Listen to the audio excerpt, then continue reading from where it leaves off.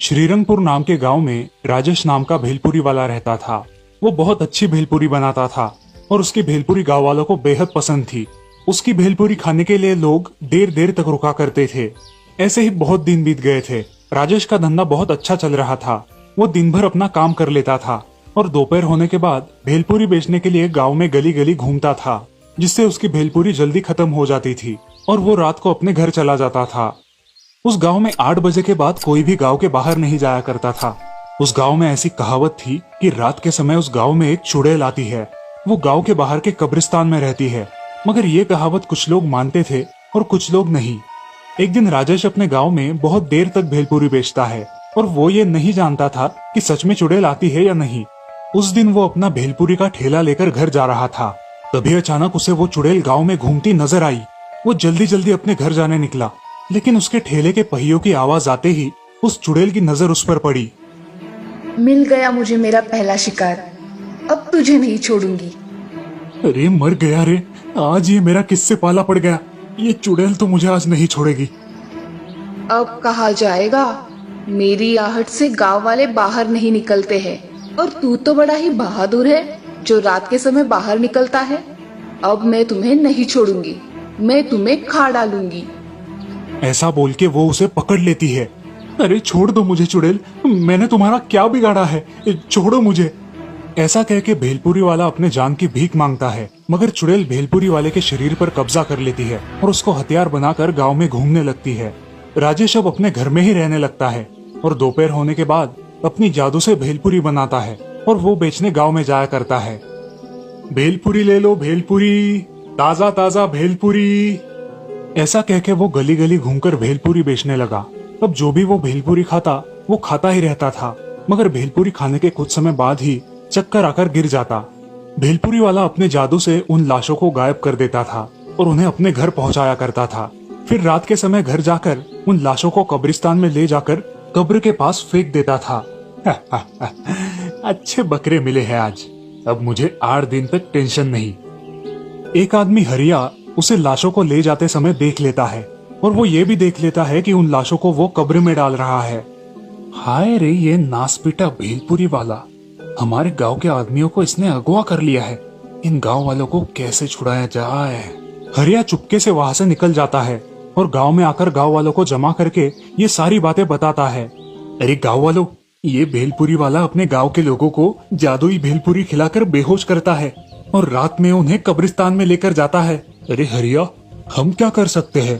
फिलहाल के लिए उसके पास से भेलपुरी मत खाइए, बाकी का कल सोचेंगे। अब गांव में ये खबर फैल जाती है। सारे लोग भेलपुरी वाले से डरने लगते हैं और उसके हाथ की भेलपुरी खाना बंद कर देते हैं। भेलपुरी वाला गांव में जब भी आता, लोग उसे नजरों से घूरने लगते। उसे कुछ शक होने लगा, आज ये लोग मुझसे कुछ खरीद क्यों नहीं रहे। जाने दो, फिलहाल तो मेरे पास खाने के लिए काफी खाना है, बाद में देखूंगा। अब सारे गांव वाले उससे डरकर सामने भी नहीं आते थे। इस समस्या का कुछ हल निकाला जाए ऐसा सभी को लग रहा था, इसलिए सारे गांव वाले सरपंच जी के यहाँ जमा होते हैं। सरपंच जी, हमारे गांव में भेलपुरी वाला है जो कि भूतिया बन गया है। हमें उस भेलपुरी वाले से गांव वालों को बचाना चाहिए। ये खबर पक्की है कि ऐसे ही कुछ बक रहे हो? नहीं सरपंच जी, मैंने अपनी आंखों से देखा है। अगर आपको विश्वास नहीं है तो आप आजमा के देख लीजिए। अरे नहीं, मैं तो अपने गाँव वालों के भलाई के लिए बोल रहा था। मेरे हिसाब से अपने गांव में एक आईना लगाते हैं। आईना तो सच ही बताता है। सारे गांव वाले एक बड़ा आईना एक पेड़ के सामने लगा देते हैं और अपना अपना काम करने लगते हैं। अगले दिन वो भूतिया भेलपुरी वाला गांव में आता है। आओ आओ, भेलपुरी खाओ, अच्छी टेस्टी भेल खाओ। अरे भाई ये लो भेलपुरी, बहुत ही स्वादिष्ट है। नहीं भाई, आज मेरा उपवास है, आज मैं भेलपुरी नहीं खाऊंगा। अरे मूर्ख गांव वालों, क्या उपवास कर रहे हो? ये सब फालतू की चीजें होती है। राम अब वहां से चला जाता है और उस आईने के सामने आता है। आईने के सामने आते ही उसकी शक्ल एक चुड़ैल में परिवर्तित हो जाती है। गांव वाले ये देखकर बहुत डर जाते हैं। अरे हरिया भाई, क्या यह सच में चुड़ैल है जिसने भेलपुरी वाले के शरीर पर कब्जा कर लिया है? अरे ये भेलपुरी वाला तो सच में भूत बन गया है। इससे हमारे गांव वालों को खतरा है। हमें बड़ी सावधानी से काम करना पड़ेगा। अब हम क्या करें जिससे सारे गांव वाले सही सलामत वापस आ सके? सरपंच जी, आप उस भेलपुरी वाले के बारे में गांव के पंडित जी को बताइए, क्या पता उनके पास कोई इलाज हो। हाँ हरिया, तुम सही कह रहे हो। आज ही मैं पंडित जी से बात करता हूँ, देखता हूँ क्या बोलते हैं। तुम तुम्हारे घर में सुरक्षित रहो, मैं उनसे बात करता हूँ। अब सारे गांव वाले अपने घर में ही रहते हैं। इधर सरपंच जी गांव के पंडित जी को बुलाते हैं। पंडित जी उनके घर आते हैं। आइए पंडित जी, जरा आपसे महत्वपूर्ण विषय पे चर्चा करनी है। बोलिए सरपंच जी, क्या समस्या है? किस विषय में आपको चर्चा करनी है? पंडित जी, गांव में एक चुड़ैल आई है जिसने एक भेलपुरी वाले के शरीर पर कब्जा कर लिया है और उसने गांव के लोगों को अगवा किया है। अब उन्हें कैसे छुड़ाया जाए, इसका कुछ उपाय बताइए। ठीक है, ऐसा बोल के पंडित जी आंखें बंद कर लेते हैं और ध्यान लगाते हैं। कुछ देर बाद आंखें खोल के वो बोलते हैं, आपके गांव में एक चुड़ैल ने भेलपुरी वाले के शरीर पर कब्जा कर लिया है और अब वो गांव के लोगों को अगवा करके कब्रिस्तान में ले जा रही है और वहां अपनी कब्र में डाल रही है। पंडित जी, अब आप ही बताइए कि हम क्या करें जिससे सारे गांव वाले इस चुड़ैल की बला से बच सके। सरपंच जी, आप सब लोगों को एक जगह जमा होकर उसे अपनी बातों में उलझा रखना है। तभी मैं वहां आकर मंत्र जाप करूंगा और उस पर जल छिड़कूंगा, जिससे वो चुड़ैल हमेशा हमेशा के लिए यहाँ से चली जाएगी। ठीक है पंडित जी, आप कल आइए, मैं सब गांव वालों को लेकर नीम के पेड़ के पास मिलता हूँ। ठीक है सरपंच जी, अब मैं चलता हूँ। पंडित जी वहां से चले जाते हैं। सरपंच जी सारे गांव वालों को अगले दिन गांव के बीचों बीच नीम के पेड़ के पास जमा होने बोलते हैं। सारे गांव वाले अगले दिन गांव के बीचों बीच जमा हो जाते हैं। आ गए सारे गांव वाले। अब वो भेलपुरी वाला उसके घर से निकलकर यहाँ आएगा और हम सबको एक साथ देखकर हमें मारने के लिए आएगा। सब लोग तैयार हो जाओ। आ गए सब गांव वाले, कोई रह नहीं गया है ना? अब कुछ देर में भेलपुरी वाला अपने टाइम में गांव में भेलपुरी बेचने आता है, लेकिन गांव के गलियों में कोई ना देखकर वो सोचता है, अरे आज इन गांव के लोगों को क्या हुआ है? सारे के सारे कहाँ चले गए? भेलपुरी वाला बहुत देर तक घूमता है मगर उसे कोई दिखाई नहीं देता। उसे शक हो जाता है। तभी उसे सारे लोग एक जगह पर जमा दिखाई देते हैं। अरे वाह, आज सबको मरना है। सब एक जगह पे जमा हुए हैं। मुझे तो आज बहुत सारे शिकार मिलेंगे। ऐसा कह के भेलपुरी वाला अपने भेलपुरी की गाड़ी लेकर आगे चला जाता है। अरे भेलपुरी ले लो गांव वालों, बहुत ही स्वादिष्ट भेलपुरी है। सारे गांव वाले उसकी तरफ देखते हैं और उसे देखकर अनदेखा करते हैं और अपनी अपनी बातों में उलझे रहते हैं। अरे भेलपुरी ले लो गांव वालों, बहुत ही स्वादिष्ट भेलपुरी है। अरे हमें तुम्हारी भेलपुरी नहीं चाहिए। हरिया उसे अपनी बातों में उलझा के रखता है। तभी वो भेलपुरी वाला उस आईने के सामने जाता है। पंडित जी तुरंत उसी समय उसके शरीर पर मंत्र जाप करके जल छिड़कते हैं और वो चुड़ैल जोर जोर से चिल्लाने लगती है, मेरे साथ धोखा, छोड़ूंगी नहीं मैं तुम सबको। ऐसा कह के उस चुड़ैल का बदन आग से जलने लगता है और वो मुक्त हो जाती है। भेलपुरी वाला जमीन पर गिर जाता है और गांव के लोग उस कब्र से मुक्त होकर गांव में वापस आते हैं। ये सब देख के गांव वाले बहुत खुश होते हैं। धन्यवाद पंडित जी, आपकी मदद से सारे गांव वालों की जान बच गई है।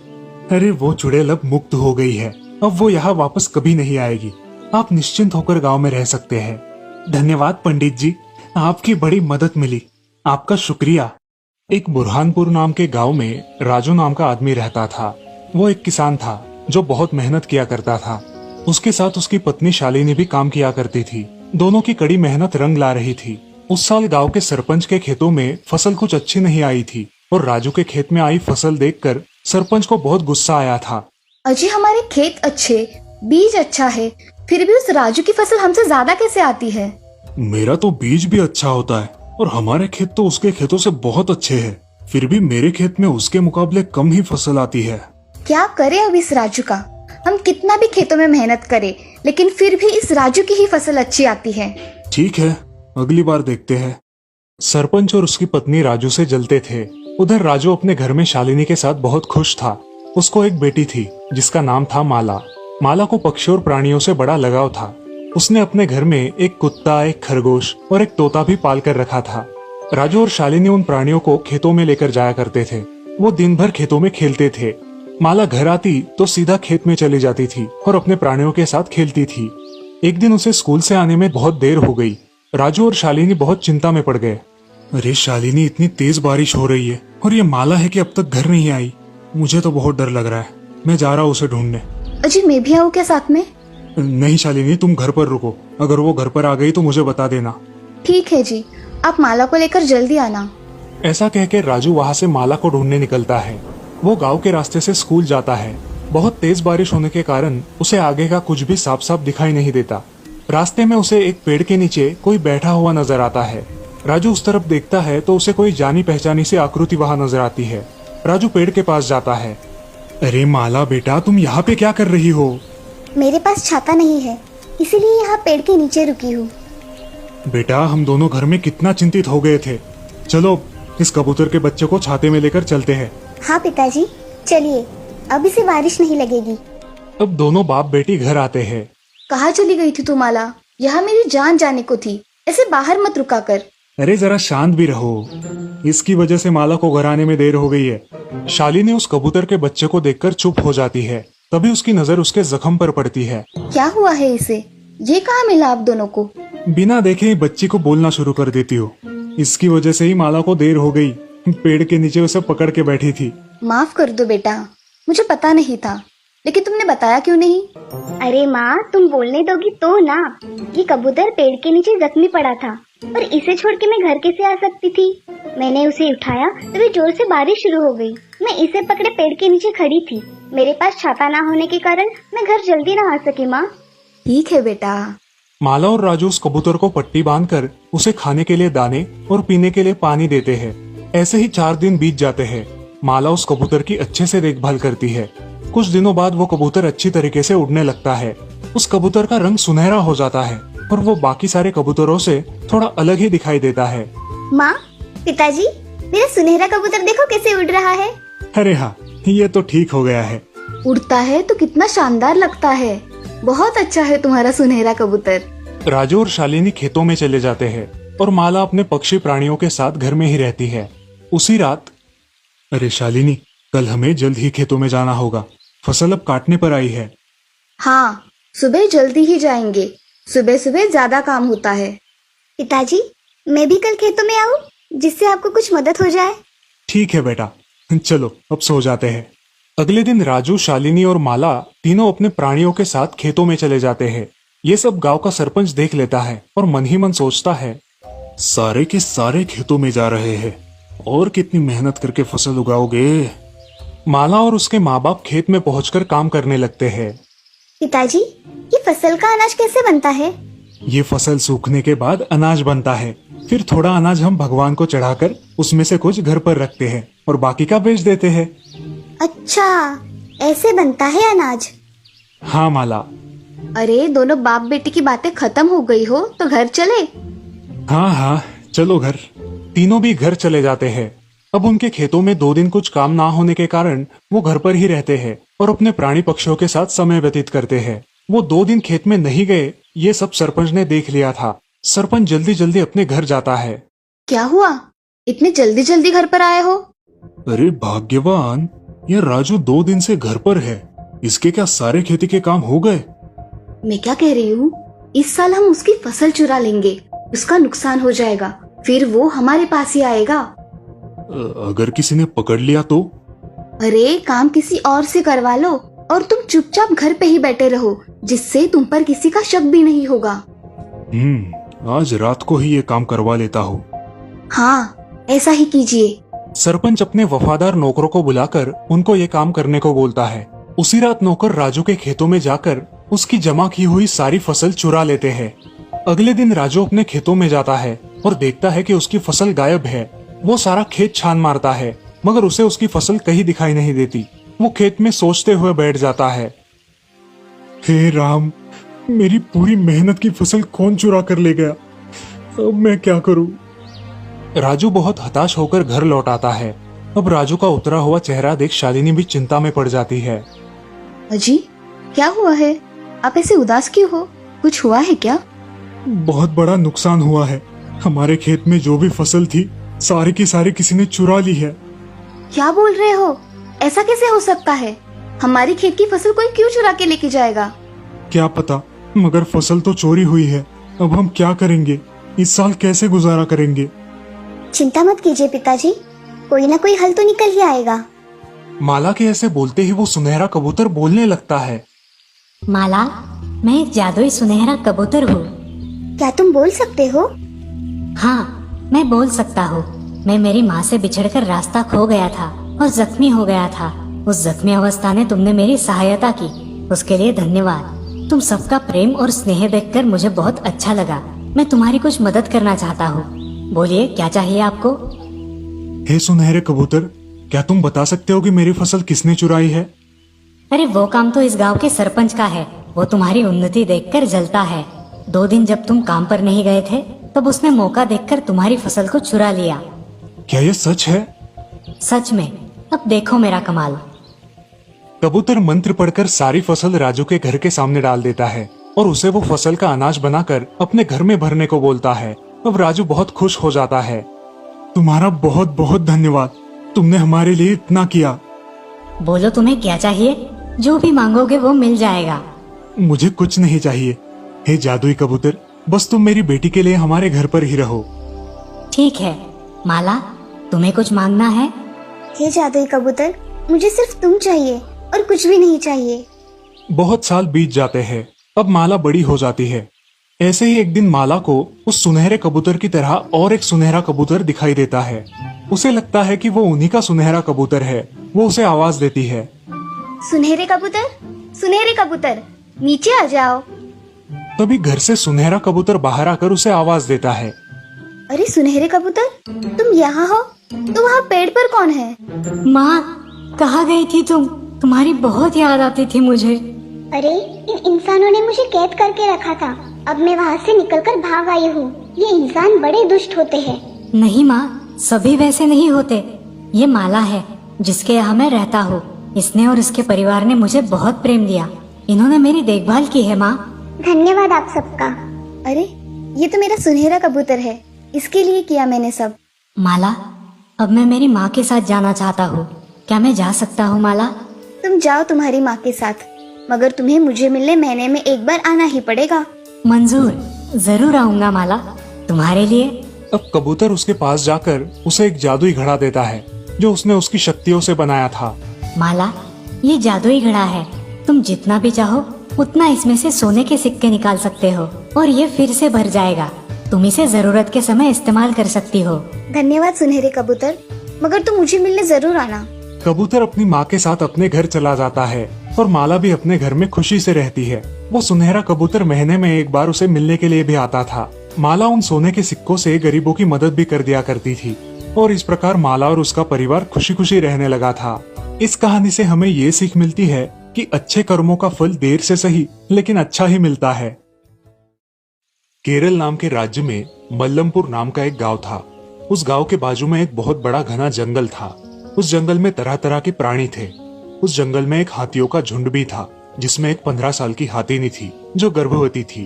एक दिन वो थक कर एक पेड़ के नीचे थोड़ा आराम करने बैठ गई और अपने आने वाले बच्चे के साथ बातें करने लगी। बेटा, जब तुम इस दुनिया में आओगे तो तुम्हें ये दुनिया बहुत खूबसूरत लगेगी। तुम्हें ये दुनिया बहुत पसंद आएगी। मैं तुम्हारा बहुत ख्याल रखूंगी। ऐसा बोल के वो हाथीनी सो जाती है। तभी अचानक उसके बच्चे को भूख लगती है और माँ हाथीनी की नींद खुल जाती है। मुझे खाना ढूंढना होगा। मेरे बच्चे को बहुत भूख लगी है। जल्दी से खाना ढूंढती हूँ। वो ऐसा कह के उठती है और खाने की तलाश में सारा जंगल घूमती है, मगर उसे जंगल में खाने के लिए कुछ भी नहीं मिलता। ऐसे ही खाने की तलाश में वो गांव में आ पहुंचती है। उस गांव में कुछ बुरी प्रवृत्ति के लोग रहते थे जो जानवरों के साथ अच्छा सलूक नहीं करते थे। उस दिन 2 बदमाश लोगों ने उस हाथीने को गांव में आते हुए देख लिया और उसके साथ मस्ती करने की सोची। अरे भाई, मैं क्या कह रहा हूँ, मेरे पास कुछ अनानास है। इसमें हम कुछ पटाखे डालते हैं और उस हाथीनी को खिला देते हैं। हाँ भाई, ऐसा ही करते हैं, मजा आएगा। ऐसा कह के राजू और हरिया एक अनानास में पटाखे डाल देते हैं और वो पटाखों से भरा अनानास रास्ते पर रख देते हैं। रास्ते से गुजर रही उस भूखे हाथीनी की नजर उस अनानास पर पड़ती है। वो अनानास देखकर वो बहुत खुश हो जाती है और झट से उसे खा लेती है। लेकिन उसे खाते ही उसके मुंह में जोर जोर से पटाखे फूटने लगते हैं। वो चिल्लाने लगती है। उसका मुंह पूरी तरह से जल जाता है। उसके मुंह से खून बहने लगता है। वो बेचारी बुरी तरह से जख्मी हो जाती है। ये क्या हो गया? मैंने तो फल खाया था, उसमें ये इंसानों ने क्या मिला दिया क्या पता। अब मेरे बच्चे का क्या होगा? मैंने तो इन इंसानों पे भरोसा करके बहुत बड़ी गलती की। अब मैं क्या करूं? हाथीनी गांव में चली जाती है और इधर उधर घूमने लगती है। उसे कुछ समझ नहीं आता। वो सोचती है, अगर मैं पानी पीऊंगी या पानी में जाके रुकूंगी तो शायद मुझे कुछ राहत मिल जाएगी। ऐसा कह के वो हाथीनी पानी की तलाश में गांव के तालाब के पास चली जाती है। वो हाथीनी तालाब का पानी पीती है, जिससे उसे थोड़ी राहत मिलती है और वो पानी में जाकर खड़ी हो जाती है। अब उन पटाखों की जलन से उसे थोड़ी राहत मिलती है। उसका मुंह उन पटाखों की वजह से बुरी तरह से घायल हो चुका है। अब वो वही पानी में भूखी प्यासी बहुत दिनों तक खड़ी रहती है। कुछ दिनों बाद गांव के कुछ लोग उस हाथीनी को पानी में खड़ा देखकर और उसकी घायल अवस्था देखकर उसकी मदद करने की सोचते हैं और गांव वाले कुछ और हाथियों को साथ लेकर उसकी मदद करने के लिए जाते हैं। लोग बाकी हाथियों की मदद से उसे बाहर निकालने की कोशिश करते हैं, मगर वो हाथीनी बहुत थक गई थी और थकान के कारण वो पानी से बाहर नहीं निकल पाती। खाना ना मिलने की वजह से वो और उसका बच्चा भी तड़प रहे थे और दोनों भी बहुत कमजोर हो गए थे। ये हाथीनी तो बाहर ही नहीं आ रही, ये हमसे बाहर नहीं आ पाएगी, हमें कुछ अलग सोचना चाहिए।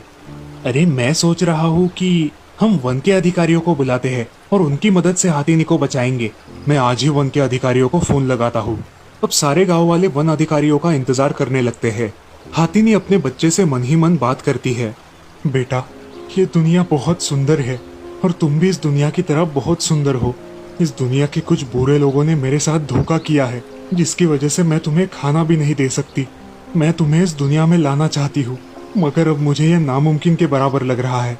ये फल मुझे मार देगा और मैं तुम्हें हमेशा हमेशा के लिए खो दूंगी। माँ, मनुष्य हमें क्यों मारना चाहते हैं? ये हमसे ऐसा बर्ताव क्यों करते हैं माँ? माँ, मैं सांस नहीं ले पा रहा, क्या हो रहा है मुझे माँ? अब हाथीनी बहुत रोने लगती है क्योंकि वो अपने बच्चे को बचा नहीं सकती और थकान के कारण वो पानी में डूबने लगती है। तभी उस गांव में वन अधिकारी आ जाते हैं और उस हाथीनी की अवस्था देखकर गांव वालों पर क्रोधित होते हैं। अरे ये हाथीनी तो गर्भवती है, इसे जल्द ही पानी से बाहर निकालना होगा। जल्दी हाथियों की सहायता से इसे बाहर निकालने की कोशिश करो। ये निंदनीय कृत्य किसने किया है? हमें भी नहीं पता साहब, मगर ये हाथीनी गांव में घूम रही थी और आखिर तालाब में आकर खड़ी हो गई। हमने उसे देखा और आपको फोन कर दिया।